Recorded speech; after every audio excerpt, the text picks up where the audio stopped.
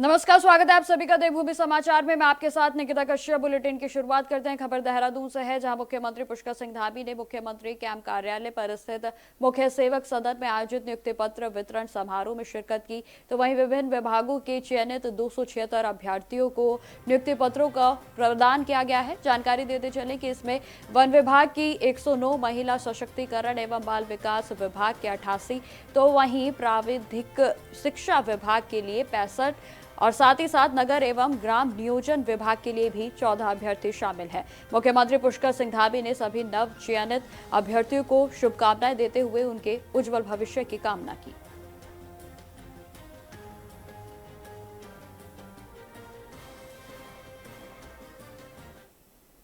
खबर देहरादून से है, जहां शेरबाग रोड पर स्थित पार्क में अमर शहीद कैप्टन दल बहादुर थापा की प्रतिमा का अनावरण सैनिक कल्याण मंत्री गणेश जोशी के द्वारा किया गया। इस अवसर पर मुख्य अतिथि के रूप में हंस फाउंडेशन के संस्थापक भोली जी महाराज भी उपस्थित रहे और जहां कार्यक्रम के दौरान उपस्थित सभी लोगों ने अमर शहीद कैप्टन दल बहादुर थापा को 2 मिनट का मौन रखकर श्रद्धांजलि अर्पित की और उनके अद्वितीय योगदान को नमन भी किया गया।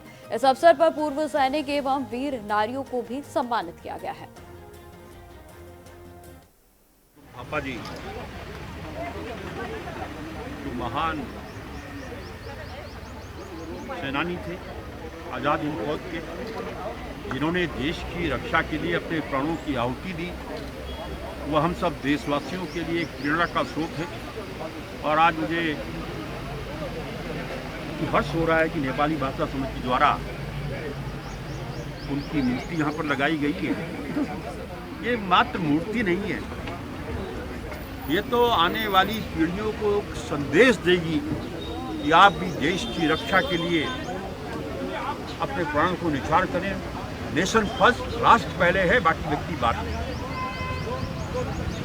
और मुझे भी समिति के लोगों ने आदेश दिया था कि यहाँ पर एक द्वार बनना चाहिए। 30 लाख रुपए मैंने इसके लिए स्वीकृत कर दिया है और शीघ्र ही समिति के लोगों का जो आदेश होगा उस द्वार को हम बनाएंगे। इससे पहले भी 8 द्वार मेरे द्वारा शहीदों के सम्मान में बनाए गए हैं, क्योंकि हमारी चाहे दिल्ली की सरकार हो, चाहे प्रदेश की धामी सरकार हो, हम शहीदों के सम्मान के लिए संकल्पबद्ध हैं। अभी एक विशाल सैन्यधाम बनकर तैयार हो गया है, शीघ्र उसका लोकार्पण भी हम करेंगे।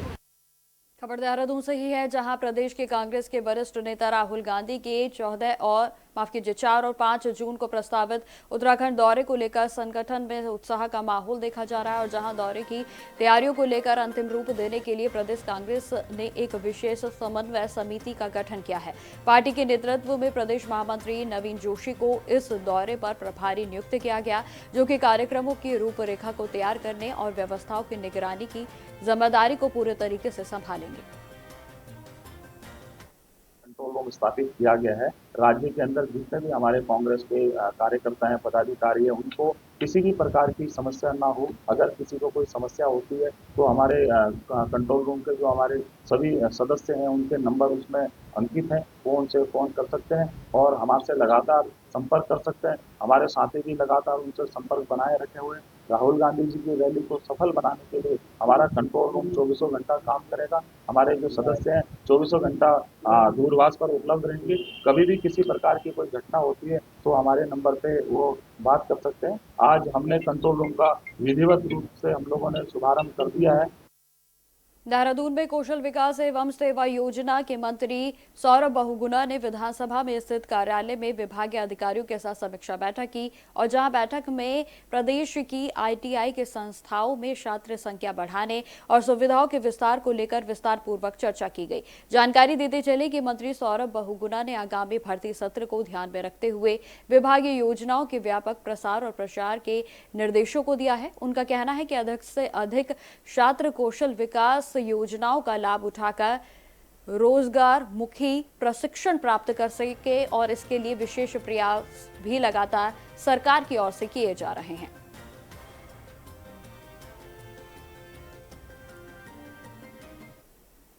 की समीक्षा करते रहते हैं कि हम हर 6 महीने में कि हमको कहाँ क्या गोल सेट किए थे और कहाँ हमने कितने अचीव किए, और अब नेक्स्ट जो इस हमारा एडमिशन सीज़न है उसमें क्या क्या नई चीज़ें करनी चाहिए जिससे कि हमारे बच्चों को सुविधा मिले। और 3 सेंटर ऑफ एक्सीलेंस जो हमने TVS के खोले थे, एक देहरादून निरंजनपुर ITI, श्रीनगर और अल्मोड़ा, उनका उद्घाटन हम 16 तारीख को करने जा रहे हैं। वो तैयार हो गए हैं पूर्ण तरीके से। 13 जो सेंटर ऑफ एक्सीलेंस हमने टाटा टेक्नोलॉजीज़ को दिए थे, उनका इस जुलाई से हम शॉर्ट टर्म कोर्सेज उनमें शुरू करने जा रहे हैं। उसके मशीनरीज और उनके इंस्ट्रक्टर्स टाटा के माध्यम से प्रोवाइड कर दिए गए हैं, तो हमारे बच्चों को बहुत बड़ी एक सुविधा मिलेगी। और जो 32 ITI हमारे DST मॉडल में चल रहे थे, डुअल सिस्टम ऑफ ट्रेनिंग में, जहाँ पे 6 महीना बच्चा हमारे ITI कॉलेज में ट्रेनिंग लेगा और 6 महीना वो Honda, Bajaj auto, Tata Motors में जाके प्रैक्टिकल ट्रेनिंग लेगा। प्लस जब वो 6 महीना कंपनी में जाके ट्रेनिंग लेता है तो उसको 8 से 12 हज़ार की स्टाइपेंड मिलती है। उसको हम एक्सपेंड कर रहे हैं और 32 से उसको बढ़ा के 45 DST मॉडल के ITI को चलाने जा रहे हैं। तो एक कोशिश है। देहरादून में आयुष मंत्री मदन कौशिक ने विधानसभा में स्थित सभागार कक्ष में विभागीय अधिकारियों के साथ समीक्षा बैठक की, और जहां बैठक में आयुर्वेदिक विश्वविद्यालय हर्रावाला से संबंधित पूर्व में लिए गए निर्णयों के अनुपालन और उनके क्रियान्वयन की स्थिति पर भी विस्तार पूर्वक चर्चा की गई। बैठक के दौरान आयुष मंत्रालय भारत सरकार के साथ प्रस्तावित बैठकों को लेकर विभागीय तैयारियों और आगामी कार्य योजनाओं की भी समीक्षा की गई। तो वहीं मंत्री ने अधिकारियों को सभी प्रस्तावों और योजनाओं को समयबद्ध तरीके से तैयार करने के निर्देशों को जारी किया है।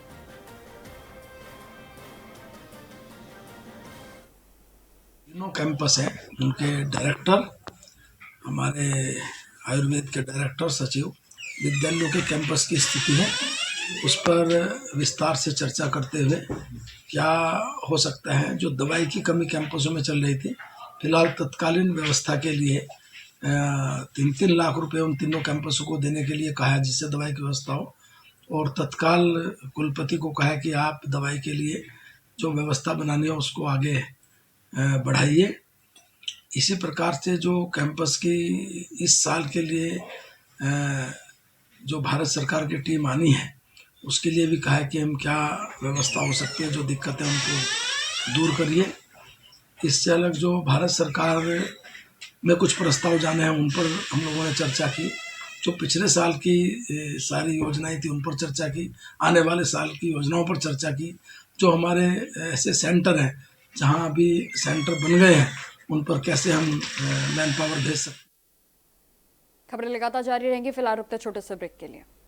तो ब्रेक के बाद एक बार फिर से स्वागत है आप सभी का। बढ़ते हैं खबरों की ओर। उत्तराखंड में चल रही 4 धाम यात्रा इस समय अपने चरम पर है, और जहां चारों धामों के साथ साथ हेमकुंड साहिब में भी श्रद्धालुओं की भीड़ लगातार बढ़ती जा रही है। अब तक 27 लाख से अधिक श्रद्धालु दर्शन कर चुके हैं, और जबकि 40 लाख से ज्यादा यात्रियों ने यात्रा के लिए पंजीकरण भी करा है। जहां आपको बताते चले कि पर्यटन मंत्री सतपाल महाराज ने इस पर कहा कि जैसे जैसे तापमान में वृद्धि होगी, यात्रा और भी अधिक गति पकड़ेगी। जितनी नीचे गर्मी पड़ेगी उतने ही लोग पहाड़ की तरफ जो है उन्मुख होंगे। और ये मैं बताना चाहता हूं कि यमुनोत्री के अंदर 4,58,594 लोगों ने दर्शन प्राप्त किए हैं। गंगोत्री में 4,71,554, केदारनाथ में 10,18,552, बद्रीनाथ में 7,19,618, हेमकुंड साहब में 34,514। ये 27,62,882 लोगों ने चारों धाम में दर्शन प्राप्त किए हैं। और जो हमारा पंजीकरण हुआ है वो 40,80,336 यात्रियों ने अपना पंजीकरण कराया है, ऑनलाइन ऑफलाइन कराया है। तो यात्रा हमारी इस समय चल रही है और हम सोच रहे हैं कि रिकॉर्ड ब्रेक करेगी यात्रा।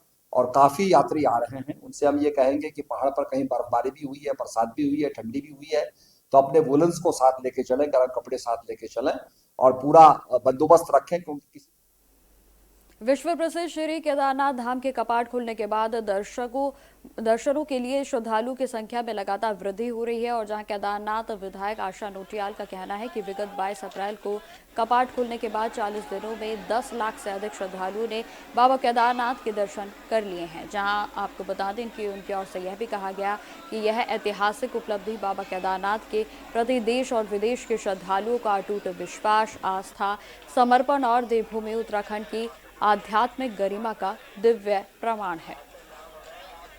जय श्री केदार, हर हर महादेव।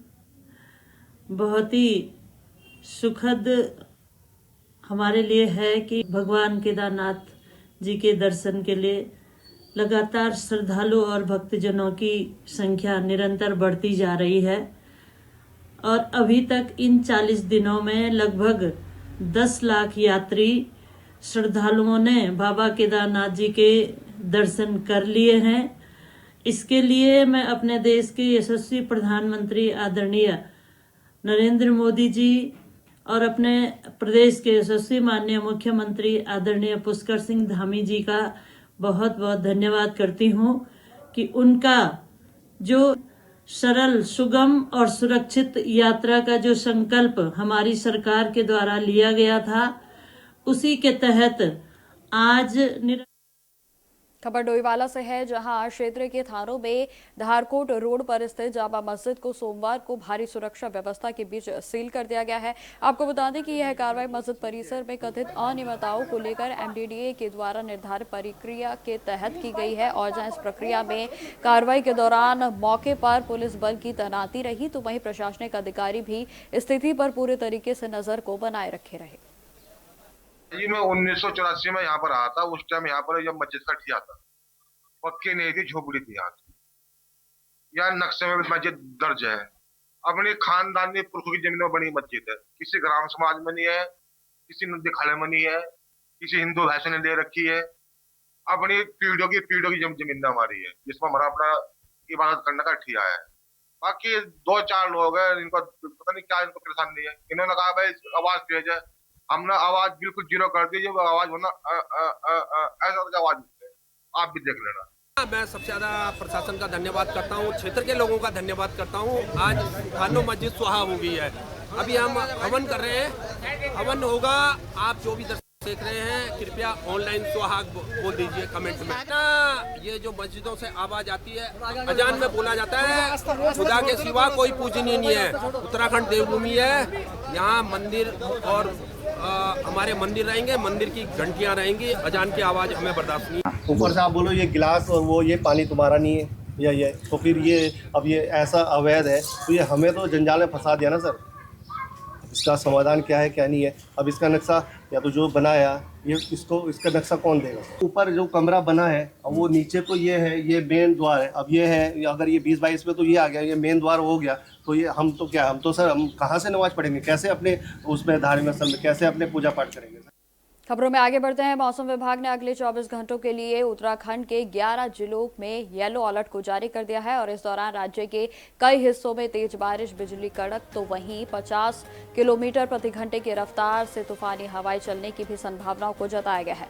मौसम विभाग के अनुसार केदारनाथ धाम, बद्रीनाथ, मसूरी, चक्राता, गंगोत्री, यमुनोत्री समेत कई पर्वतीय क्षेत्रों में मौसम के बिगड़ने की चेतावनी दी गई है। अचानक से बदलते मौसम से जनजीवन प्रभावित हो सकता है, तो वहीं प्रशासन ने लोगों से अपील की है कि अनावश्यक रूप से यात्रा करने से बचें, तो वहीं सतर्क रहें।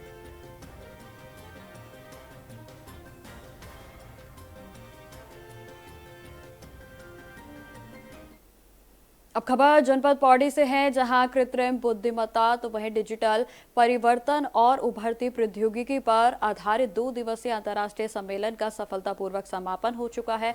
जहां आपको बताते चले कि यह सम्मेलन इलेक्ट्रॉनिक सूचना प्रौद्योगिकी मंत्रालय भारत सरकार के द्वारा ऑनलाइन माध्यम से आयोजित किया गया था। सम्मेलन को 2 प्रमुख विषयों में विभाजित किया गया था, जिसमें तकनीकी नवाचार और डिजिटल परिवर्तन के साथ साथ भविष्य की चुनौतियों पर भी विस्तार पूर्वक चर्चा की गई और जहां सम्मेलन का मुख्य उद्देश्य लोगों को कृत्रिम बुद्धिमत्ता के सकारात्मक नकारात्मक प्रभावों के प्रति जागरूक करना रहा। National conference on artificial intelligence and digital transformation studies and emerging technologies के बारे में एक सेमिनार रखा गया था, जो कि इंटरनेशनल सेमिनार था। हमारे देश से कई लोगों ने इसमें ज्वाइन किया और मेरे सुनने में आया कि विदेश से भी इसको ज्वाइन किया गया। मैं एनआईसी से हेमंत काला, भारत सरकार की तरफ से यहाँ पे ज्वाइन किया मैंने। इसके अलावा हमारे साथ डॉक्टर अतुल बरमाड़ा जी भी थे, जिन्होंने इसमें पार्टिसिपेट किया। इसमें हमने एआई के बारे में काफ़ी सेशन डिलीवर किया। इसमें हमने एआई के पॉजिटिव एवं नेगेटिव इम्पैक्ट के बारे में डिस्कस किया। एआई ने काफ़ी पॉजिटिव इम्पैक्ट किया है जनरल स्टडीज़ को लेके, ट्रांसफॉर्मेशंस को लेके एंड आईटी उपकरणों को लेके, लेकिन इसमें कुछ नेगेटिव इम्पैक्ट भी एआई के देखे गए हैं हमारे समाज। खबर हरिद्वार से है, जहां मुख्यमंत्री के निर्देश पर आयोजित जन सुनवाई में जिलाधिकारी मयूर दीक्षित ने लोगों की समस्याओं को सुना और जहां जन समस्याओं में बड़ी संख्या में शिकायतकर्ता पहुंचे और जिसमें अतिक्रमण, बिजली की आपूर्ति और पेयजल से जुड़ी समस्याओं को प्रमुखता से उठाया गया है। जिलाधिकारी का कहना है कि बार बार आने वाली शिकायतों पर विशेष निगरानी रखी जा रही है, तो वहीं संबंधित अधिकारियों की जवाबदेही भी तय की जाएगी। उनका कहना है कि शिकायतों की पुनरावृत्ति में कमी आई है, क्योंकि अधिकारी लगातार ऑनलाइन और फिजिकल माध्यम से शिकायतों के निस्तारण में जुटे हैं। सोमवार को आज भी हमने सुनवाई करी और इसमें काफी संख्या में शिकायतकर्ता यहाँ पर मौजूद हुए हैं। शिकायतों में अतिक्रमण को लेकर और बिजली की समस्या को लेकर, पेयजल की समस्या को लेकर शिकायतें आई हैं। अब हमने पिछली बार कहा था कि जो शिकायतें अगर रिपीट होंगी तो संबंधित अधिकारी के ऊपर कार्रवाई भी की जाएगी। हम लोग ये जरूर नोटिस कर रहे हैं कि कोई शिकायत अगर रिपीट हो रही है तो क्यों हो रही है, तो उसमें भी गिरावट आई है। जो संख्या रिपीट होती है उसमें काफी गिरावट आई है, क्योंकि अधिकारी अधिकतर ऑनलाइन जुड़े हैं या मौजूद हैं फिजिकली, तो उनको भी लगातार शिकायतों के बारे में अवगत कराया जा रहा है। साथ ही किसी पर्टिकुलर एरिया से या पर्टिकुलर डिपार्टमेंट की ज्यादा शिकायतें आती है तो उसको मॉनिटर कर रहे हैं कि क्या अधिकारी वहां पर लापरवाही कर रहे हैं या फिर किसी क्षेत्र के कोई। खबर विकासनगर से है, जहां आउटसोर्स के कर्मचारियों के कथित शोषण को लेकर अब जन संघर्ष मोर्चा ने सरकार और संबंधित विभागों पर गंभीर आरोप लगाए हैं। मोर्चा का कहना है कि विभिन्न सरकारी विभागों और निगमों में कार्यरत कर्मचारियों को ना तो पे स्लिप दी जाती है, तो वहीं ना ही उन्हें ईपीएफ संबंधित पूरी जानकारी उपलब्ध कराई जा रही है। विकासनगर में आयोजित प्रेस वार्ता के दौरान जन संघर्ष मोर्चा के अध्यक्ष और पूर्व उपाध्यक्ष रघुनाथ सिंह नेगी ने कहा कि आउटसोर्सिंग एजेंसियों के द्वारा कर्मचारियों के वेतन में अनियमितताएं की जा रही हैं।